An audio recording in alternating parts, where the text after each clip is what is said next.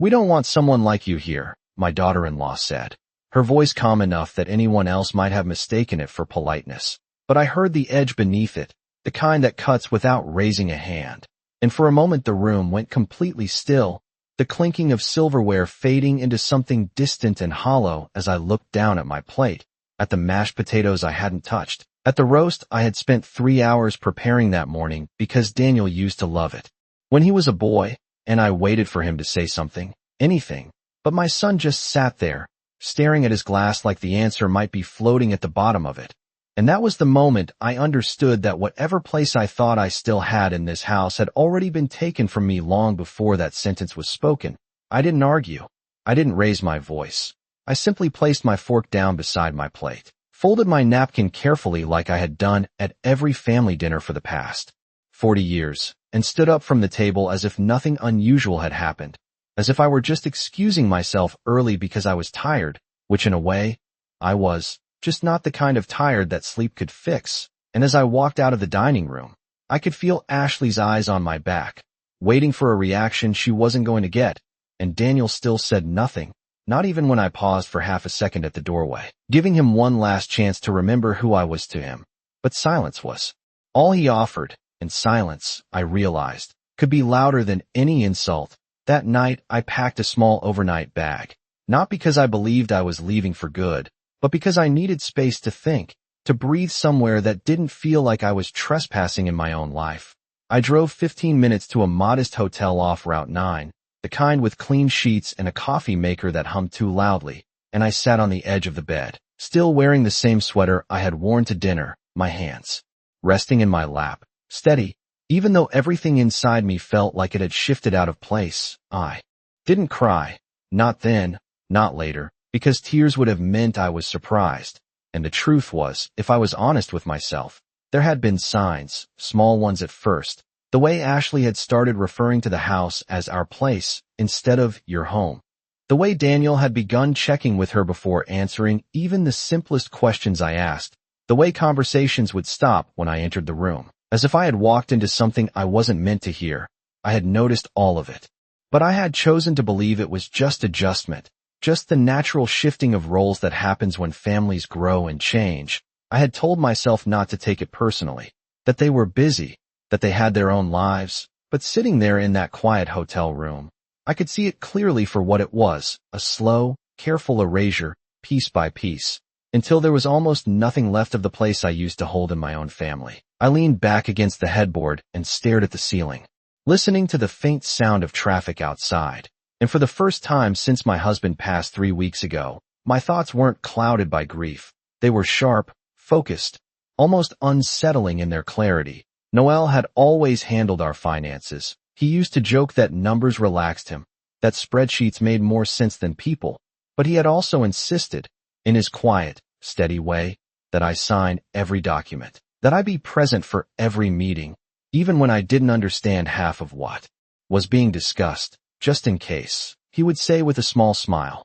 And at the time I thought it was just his way of including me, of making sure I felt involved. But now, lying there in that unfamiliar room, I found myself wondering if he had seen something I hadn't, if he had been preparing for a day like this long before I ever imagined it could come. And that thought settled over me not like fear, but like something else entirely, something quieter, something steadier, something that felt, for the first time in weeks, like control. The next morning, I woke up before sunrise, the sky outside still a pale gray, and I didn't check my phone. I didn't wait for a message or a call that I already knew wasn't coming. Instead, I got dressed, brushed my hair, and walked out of that hotel room with a calmness I hadn't felt in a long time. I got into my car, started the engine, and instead of turning back toward the house, I took the exit toward downtown, toward First National Bank. Because if there was one thing I understood now, it was this: they had already decided I didn't belong in their home, but they had no idea what still belonged to me. I had not stepped inside First National Bank alone in more than 30 years, not since Noel insisted I learn how to sign my own name on something other than birthday cards and holiday checks. And even then I had stood beside him, letting him do the talking while I nodded politely, trusting that whatever he was doing was for us. But that morning I walked through those glass doors by myself, the cool air hitting my face as the automatic system closed behind me. and for a brief second I felt something unfamiliar, not fear, but awareness, like I was finally stepping into a part of my life that had always existed just outside my reach. The lobby looked exactly the same as I remembered: polished floors, quiet voices, the faint smell of coffee from a machine tucked into the corner for customers, and I approached the front desk with a steady pace, my purse held close but not tight, because there was no reason to hold on to anything anymore. Not fear, not hesitation, not even doubt. A young teller greeted me with a practiced smile and asked how she could help, and I heard my own voice answer before I had time to think about it. Clear, calm, and steady. I said I needed to review all accounts associated with my name. Not just the joint ones, but everything. And something in the way I said it must have carried weight, because her smile softened into something more attentive, more serious. And she asked me to take a seat while she contacted the branch manager. I sat in a chair by the window, watching people come and go, each one carrying their own quiet concerns, their own unseen stories. And for the first time in weeks, I did not feel like the smallest person in the room. I felt like someone who was about to understand something important. After a few minutes, a woman in her late 50s approached me, her expression warm but measured. She introduced herself as Mrs. Henderson, the branch manager, and there was a flicker of recognition in her eyes when I gave my name, as if she had heard it before, perhaps from Noel, perhaps from files I had never seen. She led me into a private office, closing the door gently behind us, and once we were seated, she asked me what I needed, and again I repeated it. I need to understand what is in my name. Everything, not just what I already know. There was a pause, not long, but noticeable, and then she turned to her computer, her fingers moving quickly across the keyboard, the soft clicking sound filling the room. I watched her face as she read whatever appeared on the screen, and I saw it, a subtle shift, her eyebrows lifting just slightly, her posture straightening. And then she looked at me with a kind of careful attention that people use when they are about to say something that might change everything. Mrs. Collins, she said, your husband was very thorough. I did not respond right away. I simply waited, because I had learned the night before that silence could carry more strength than any question. She printed several pages and placed them on the desk in front of me, one by one, explaining as she went. There was the joint checking account I already knew about, modest, practical, the one we used for daily expenses. Then there was a savings account, larger than I expected, but still within reason. And then she paused again, glancing at the screen before continuing. There are additional accounts, she said, accounts that are solely in your name. My name? I repeated quietly, as if hearing it out loud might help me understand it. She nodded and turned the papers toward me, certificates of deposit, a money market account, and something labeled as a trust. The numbers printed on those pages did not look real at first. They looked like figures from someone else's life, someone who did not spend nights worrying about grocery bills or property taxes, someone who did not sit at a dinner table wondering if they still belonged there. I felt my hands rest more firmly on the desk, not shaking, not uncertain, just grounded, as if something inside me had finally found its place. Mrs. Henderson continued speaking, explaining dates, transfers, structures that Noel had set up years ago. Small amounts moved quietly over time, growing into something substantial, something protected. And then she said something that made everything else fall into place. These accounts cannot be accessed or altered by anyone other than you, not without your direct authorization. The room seemed quieter after that, the kind of quiet that follows a truth you cannot ignore. I thought about Daniel, about Ashley, about the way they had spoken to me as if I were temporary, as if I were already gone. And for the first time since that dinner, I allowed myself to understand the full picture. They had believed I had nothing, and because of that, they believed they had power. But sitting there in that office, with those papers in front of me, I realized something they did not. Power had never left me. It had just been waiting for me to see it. I gathered the documents carefully, not rushing, not hesitating, and when I stood up to leave, I thanked Mrs. Henderson with a calm that felt entirely my own. As I walked back through the lobby and out into the morning light, the world did not look different, but I did. And as I got into my car, I did not turn the key right away. I simply sat there for a moment, looking at my reflection in the rearview mirror, and for the first time in a long while, I did not see someone who had been pushed out. I saw someone who had just stepped in. I drove back slowly, Not because I was unsure of where I was going, but because for the first time in weeks I had something worth thinking about. Something that was not grief or confusion or the quiet ache of being dismissed, but clarity. And it settled into me the way a long-forgotten memory returns, steady and undeniable.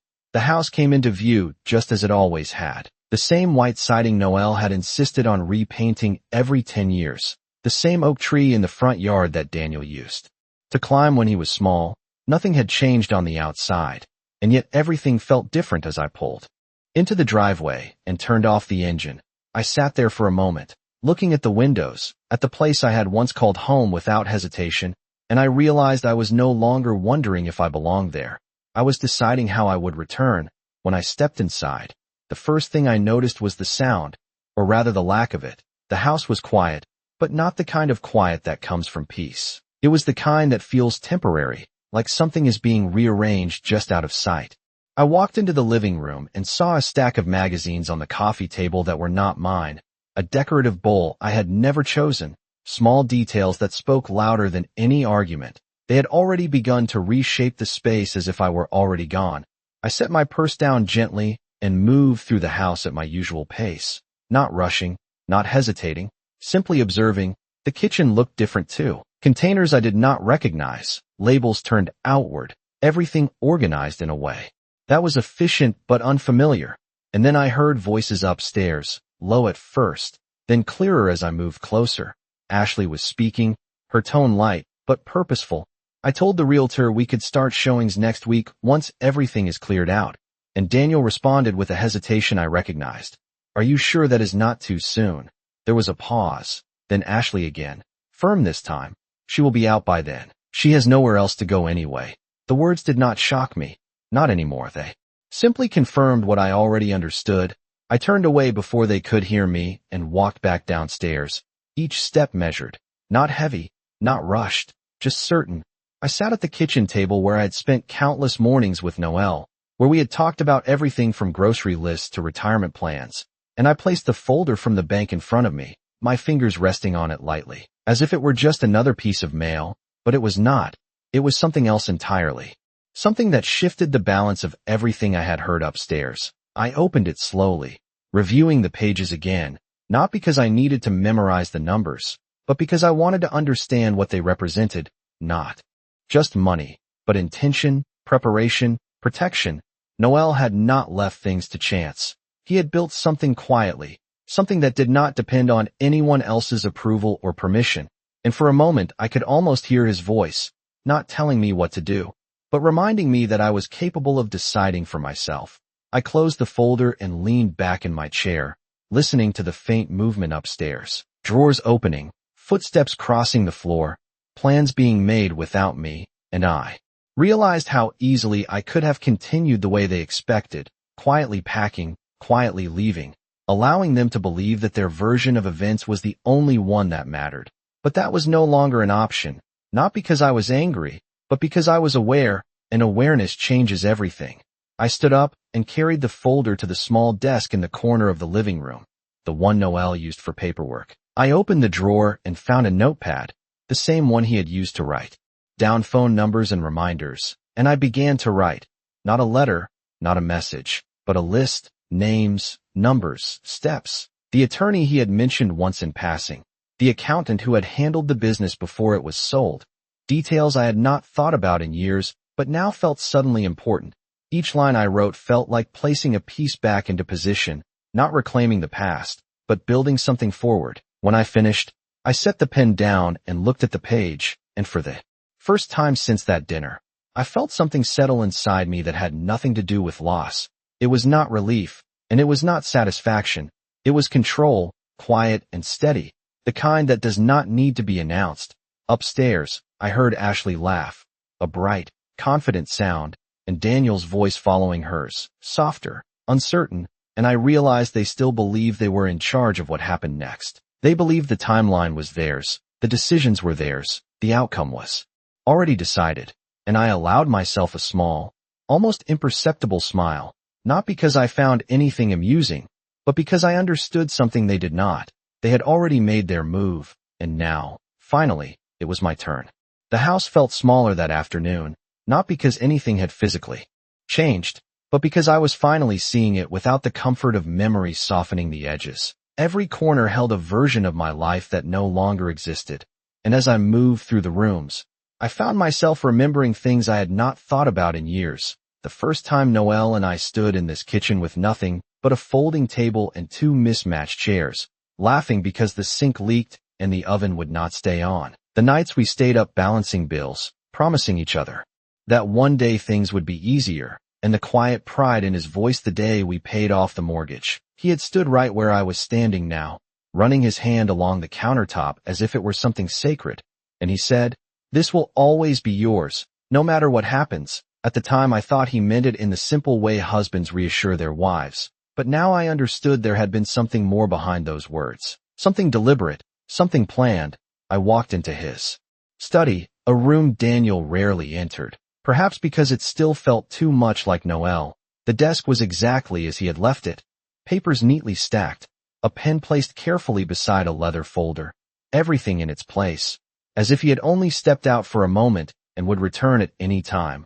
I sat down in his chair slowly, the leather creaking softly beneath me, and opened the drawer he used most often. Inside were files I recognized and others I did not, labeled in his precise handwriting.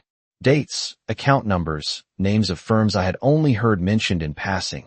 I began to go through them one by one, not rushing, not overwhelmed, just methodical, the way he had always been.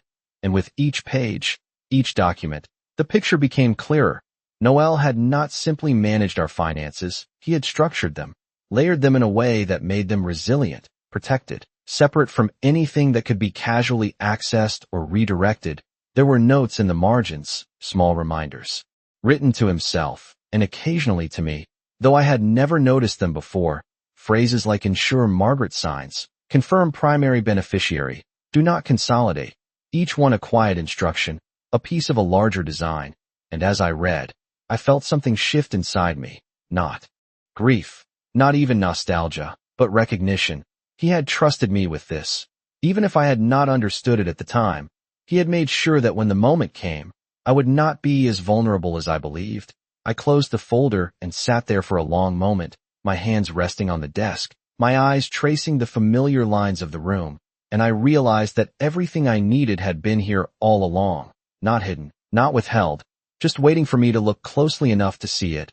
Upstairs, I heard movement again, a drawer sliding open, footsteps crossing the floor, Ashley's voice drifting down the hallway, discussing paint colors now, talking about neutral tones that would appeal to buyers, and Daniel responding with short answers, his voice lacking the certainty it used to have.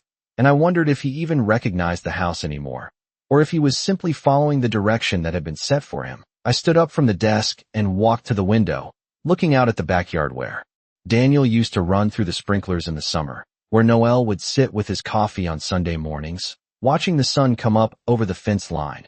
All of it still there, unchanged, but no longer something I needed to hold on to in the same way. I returned to the desk and gathered a few key documents, placing them carefully into my folder alongside the papers from the bank, each one chosen with intention, not out of urgency, but out of understanding. This was not about reacting to what Ashley and Daniel were doing. It was about moving ahead of it, setting something in motion that they did not yet see. I closed the drawer and turned off the light in the study, leaving the room exactly as I had found it, because some things did not need to be changed to serve their purpose. As I stepped back into the hallway, I heard Ashley's laughter again, light and confident, and I paused for just a second, not to listen, but to acknowledge the distance between what she believed and what was actually unfolding. Then I continued downstairs, my steps steady, my expression unchanged, because there was no need to reveal anything yet, not the documents in my folder, not the plan forming quietly in my mind, not the fact that the foundation they thought they were standing on had already begun to shift beneath them. And as I reached the bottom step, I understood something with complete clarity. They believed they were preparing me to leave, but in reality, I was preparing something else entirely. That evening, I did not join them for dinner, not because I was avoiding them, but because I had already stepped outside the role they had assigned to me. I sat instead at the small desk in the living room, the one that still held traces of Noelle's quiet order, and I began making calls, not hurried, not uncertain, just one after another. The first was to the attorney whose name I had written down earlier, a man Noel had worked with for years, Mr. Harold Bennett. His voice on the phone was measured, professional, but there was a shift when I introduced myself, a recognition that did not need to be explained. "Mrs. Collins," he said, "I have been expecting your call at some point," and I paused for a brief moment, not out of surprise, but because that sentence confirmed something I was only beginning to understand.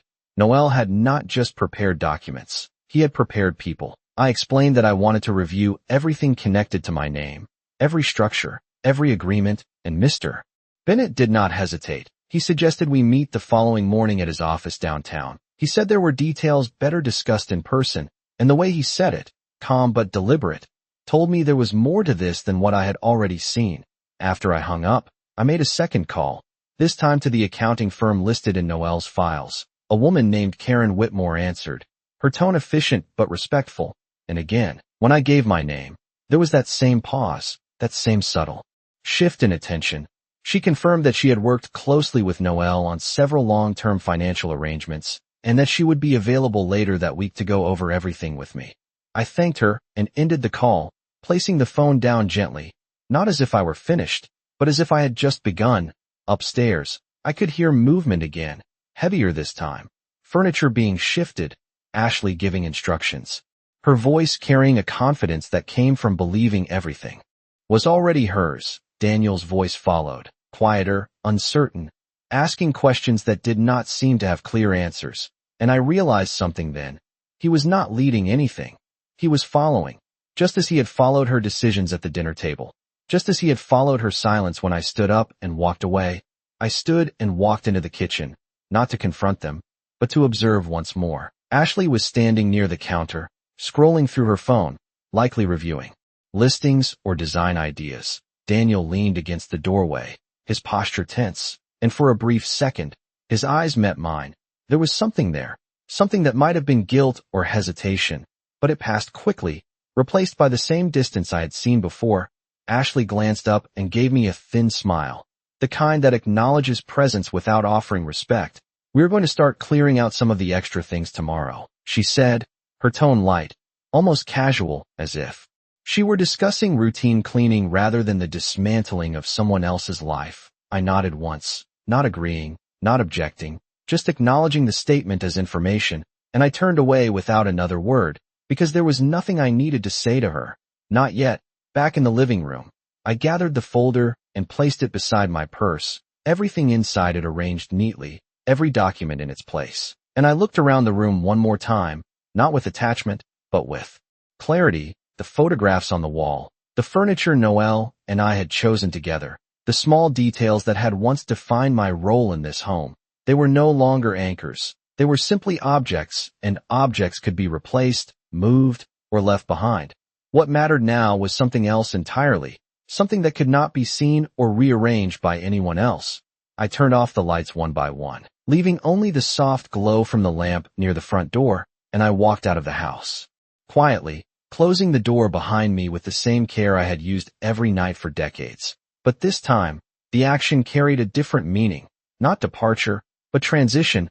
I got into my car and sat there for a moment, the engine off, the night air still, and I allowed myself one final thought before moving forward. They believed they were preparing the house for a new beginning, but they had no idea that the beginning had already happened, and it did not belong to them. The next morning, I arrived at Mr. Bennett's office 10 minutes early, not because I was anxious, but because I no longer saw any reason to be late for something that finally involved me directly. The building stood on a quiet corner downtown, understated but solid, the kind of place that did not need to impress anyone because its purpose was already clear. I stepped inside and gave my name at the front desk, and within a minute, I was led into a conference room with tall windows and a long wooden table that reflected the soft morning light. Mr. Bennett entered shortly after, carrying a folder thicker than the one I had brought, and when he greeted me, there was no small talk, no unnecessary politeness, just a directness that matched the tone of everything I had begun to uncover. "Mrs. Collins," he said, "your husband trusted you to handle this when the time came." And I nodded, taking a seat across from him, because there was no longer any point in pretending I did not understand. What he meant, he opened the folder and began laying out documents one by one. Each page placed carefully in front of me. Not rushed, not overwhelming, just deliberate. He explained that Noel had established a structured trust years ago, one that held the majority of the family's assets, including the house, certain investment accounts, and residual business interests that had not been fully liquidated. I listened without interrupting, my eyes moving from one document to the next, recognizing signatures, dates, decisions that had been made quietly over time, decisions I had been present for but had never fully grasped until now. Mr. Bennett continued, explaining that the trust was designed with a clear hierarchy of control. During Noel's lifetime, he had been the primary decision-maker, but upon his passing, that authority transferred entirely to me, not partially, not conditionally, entirely. He paused there, allowing the weight of that statement to settle, and then added something that shifted everything even further. No secondary party has the ability to override your decisions, not your son, not any other family member, unless you explicitly grant them that authority. The room felt still for a moment, not tense, not heavy, just clear. I asked one question, simple and direct. The house, he nodded before I finished. The property is held within the trust, and you are the sole controller of that trust, which means any decision regarding the property must come from you. There is no legal pathway for anyone else to sell, transfer, or alter ownership without your consent. I leaned back slightly in my chair, not out of surprise, but because the final piece had just been placed into position. Everything Ashley had been planning, every conversation I had overheard, every assumption they had made about timelines and control, none of it had any foundation.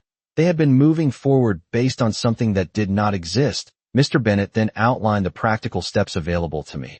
I could restrict access to financial accounts. I could formally notify institutions of my sole authority. I could designate or remove individuals from any role related to the trust. Each option presented calmly, without pressure, as if he were simply describing tools rather than outcomes. I appreciated that, because this was not about reacting emotionally. It was about choosing precisely. I asked him to prepare the necessary documents to formalize my control immediately, not because I doubted it existed, but because I wanted it recognized in every place it needed to be. He nodded and began making notes, efficient, focused, as if this was exactly what he had expected all along. When the meeting concluded, I gathered my papers, now more organized, more complete, and I stood to leave. Mr. Bennett walked me to the door and said something quietly, almost as an afterthought. Your husband anticipated this might happen, not the details, but the possibility that you would need to stand on your own. I met his gaze for a moment, and for the first time since Noel passed, I did not feel the absence as sharply, because I understood that in his own way, he had not left me unprepared. He had simply stepped back, and as I walked out of the building into the morning light, the city moving steadily around me, I did not feel like someone recovering from loss. I felt like someone stepping fully into a position that had always been waiting. I got into my car and placed the folder beside me, not holding it tightly, not guarding it, because there was nothing fragile about what it contained. And as I started the engine and pulled into traffic, I knew exactly what would happen next, not because I had planned every detail, but because the direction was already clear. They believed I had nowhere to go, but the truth was, I no longer needed to go anywhere at all. By the time I returned to the house, the sun was already high, casting sharp light across the driveway and making every detail look more defined than it had the day before. And as I stepped out of the car, I noticed something new. A real estate sign leaning against the garage wall, not yet placed into the ground, but ready, waiting, as if the decision had already been made without the need for discussion. I walked past it without slowing down, carrying my folder in one hand, not hidden, not displayed, simply present. When I entered the house, the air felt different, busier, as if something had been set into motion overnight. I could hear voices again, this time coming from the living room, and as I stepped closer, I saw Ashley standing with a man in a dark blazer, a tablet in his hand, gesturing toward the windows, discussing lighting, layout, market appeal. Daniel stood nearby, nodding along, his posture stiff, as if he were trying to convince himself that everything unfolding around him made sense. Ashley turned when she noticed me, her expression shifting just slightly before settling back into that same controlled confidence. "Oh, you are back," she said, her tone light, but edged with something else, something impatient. "We are just getting an early look at listing options." I glanced briefly at the man, who offered a polite nod, unaware of the full situation he had just stepped into. And then I looked at Ashley, not challenging her, not questioning her, just observing, as if I were listening to information that did not require my reaction. Daniel cleared his throat and stepped forward slightly. "Mom, we were going to talk to you about this later," he said, his voice careful, as though choosing each word might keep something from breaking. But I did not respond to him either, not yet, because I had already learned that timing mattered more than words. I moved past them into the kitchen, setting my folder down on the counter. With quiet precision, and from where I stood, I could still hear their conversation resume. Ashley explaining how quickly the house could move in the current market, mentioning numbers, timelines, expectations, all built on an assumption that had never been questioned. I let them continue, because there was no need to interrupt something that would soon collapse on its own. After a few minutes, I picked up my phone and made a call, not stepping away, not lowering my voice, just dialing calmly and waiting. When the call connected, I spoke clearly. "This is Margaret Collins. I would like to confirm that all access permissions tied to my accounts are updated as of today." "Yes, all of them, including any secondary authorizations." I listened briefly, then nodded. "Thank you. Please proceed with the changes immediately." I ended the call and placed the phone back down, and even though I had not raised my voice, the shift in the room was immediate. The conversation in the living room faltered, Ashley's voice lowering, Daniel stepping closer to the kitchen doorway, watching me now with something that looked less like uncertainty and more like confusion. I turned toward them slowly, meeting Daniel's eyes first, not with accusation, not with anger, just with clarity. And then I looked at Ashley, who was now standing straighter, her expression tightening slightly, as if she were trying to understand something that did not fit into her expectations. "Is something wrong?" she asked, her tone still controlled, but thinner now, less certain. I shook my head once. "No," I said simply. "Everything is being handled." The man with the tablet glanced between us, sensing the shift but not understanding it, and Ashley quickly redirected him, continuing her explanation. But there was a break in her rhythm now, a hesitation that had not been there before.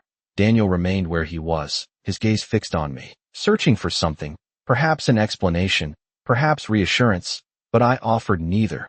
Because this was not a moment for explanation. This was a moment of realization, and it did not belong to me to guide him through it. I picked up my folder again and walked toward the front door, not rushing, not pausing, just moving forward with the same steady pace I had carried since that first night. And as I reached for the handle, I heard Ashley's voice behind me, sharper now, asking Daniel something under her breath, something about accounts, about timing, about why something was not aligning the way it should. I did not turn around, because I did not need to see their confusion to understand it. I opened the door and stepped outside, the sunlight warm against my face, and for the first time since all of this began, I allowed myself a quiet, steady breath, not of relief, but of certainty. They had started to notice, not everything, not yet, but enough to feel the shift, enough to question what they thought they understood. And as I walked down the driveway, passing the sign still leaning against the garage, untouched, I knew it would remain there a little longer, waiting, just like they were, for something that was no longer theirs to decide. That afternoon, I did not return to the house immediately, not because I was avoiding what I had just set in motion, but because I understood that some shifts needed space to unfold without interference. I drove instead to a quiet parking lot near a small park Noel used to visit on Sunday mornings, the kind of place where people walked their dogs and sat on benches with coffee, unaware of how much could change in a single day. I turned off the engine and sat there, hands resting lightly on the steering wheel, not replaying what had happened, not questioning it, just allowing the silence to settle around me. Because for the first time, silence did not feel like emptiness. It felt like control. My phone remained still for a while. No calls, no messages. And then, just as the sun began to lower slightly in the sky, it lit up. Daniel's name appeared on the screen. I let it ring twice before answering, not out of hesitation, but because I no longer felt the need to respond immediately. When I picked up, his voice came through tight, uncertain, as if he were trying to sound composed while something underneath him had already begun to shift. "Mom," he said, "there is an issue with the accounts." I listened without interrupting, allowing him to continue. "I tried to access the joint account this morning, and it is restricted, and Ashley said the same thing happened with the investment account. There is some kind of block." He paused, waiting for a response, perhaps expecting confusion, perhaps expecting concern, but I gave him neither. I simply said, "Yes, I am aware." There was silence on the other end, not long, but enough to carry weight. Then his voice again, more direct this time. "What do you mean you are aware?" I leaned back slightly in my seat, looking out at the trees swaying gently in the late afternoon light, and answered with the same calm I had carried all day. "I mean that I authorized those changes." Another pause, longer this time, followed by a shift in his tone. Something sharper, something closer to the voice he had used at the dinner table. "Why would you do that? We need access to those accounts." I let the question settle for a moment before responding, not because I needed time to think, but because I wanted the answer to land clearly. "Those accounts are under my control, Daniel, and I have chosen to manage them directly." There was a slight inhale on the other end, the kind that comes before an argument begins, but it did not come. Instead, there was confusion, real confusion, as if he were trying to reconcile what I had just said with everything he believed to be true. "Ashley thinks there must be some kind of mistake," he said, and I almost smiled at that, not because it was amusing, but because it was predictable. I replied simply, "There is no mistake." The line went quiet again, and for a moment, neither of us spoke, and in that silence, I could feel the distance between who he thought I was and who I had become. Finally, he spoke again, softer now, uncertain. "What about the house?" I closed my eyes briefly, not out of emotion, but to focus the answer into something that did not need explanation. "The house is not something you need to worry about," I said. "I am handling it." And this time, the silence that followed was different, heavier, more aware, as if something had just been understood without being fully accepted. I ended the call a few seconds later, not abruptly, not coldly, just completely, and I placed the phone down beside me. Looking out at the park once more, people were still walking, still talking, still living their ordinary lives, and for a brief moment, I thought about how easily I could have remained in mine, quietly stepping aside, allowing decisions to be made for me, accepting the role they had assigned without question. But that version of me no longer existed, not because I had forced it to change, but because I had finally seen it clearly. I started the engine and pulled out of the parking lot, heading back toward the house, not to reclaim anything, not to argue or confront, but to observe what happened next, because I knew it would not take long. Confusion always leads to questions, and questions eventually lead to truth. And as I turned onto the familiar street, I saw the house again, unchanged from the outside, but I knew that inside, something had already begun to unravel, not loudly, not dramatically, but quietly, the same way everything else had begun. And this time, I was not the one being pushed out. I was the one setting the terms. When I pulled into the driveway, the first thing I noticed was that the real estate sign was no longer leaning against the garage. It had been placed firmly into the ground near the front lawn, straight, visible, certain, as if someone had already claimed a future that had not been granted. I turned off the engine and sat there for a brief moment, looking at it, not with frustration, not with anger, but with a quiet understanding of how far they had gone without ever asking the one person who actually had the authority to decide. I stepped out of the car and walked toward the house at my usual pace, the late afternoon light stretching long shadows across the yard, and as I reached the front door, I could already hear voices inside, louder this time, sharper, not controlled like before.